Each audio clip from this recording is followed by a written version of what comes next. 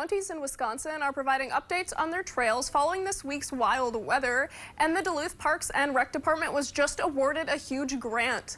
All that and more as we take you around the Northland, trail by trail.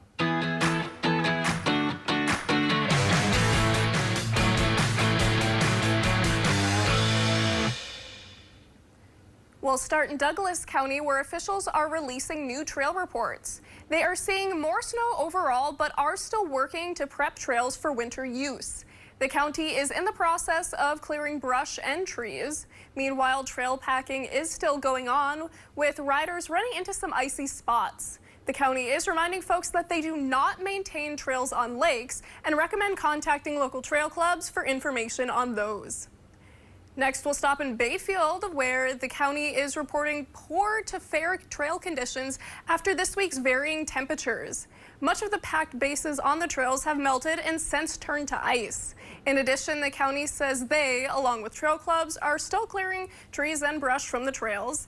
Officials urge riders to use caution on trails, follow all marked signs, and never go onto private property without permission.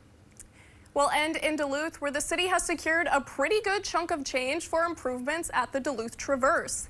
This funding comes from the Greater Minnesota Regional Parks and Trails Commission, who is awarding over $11 million to Duluth Traverse and 11 other parks across the state in 2027.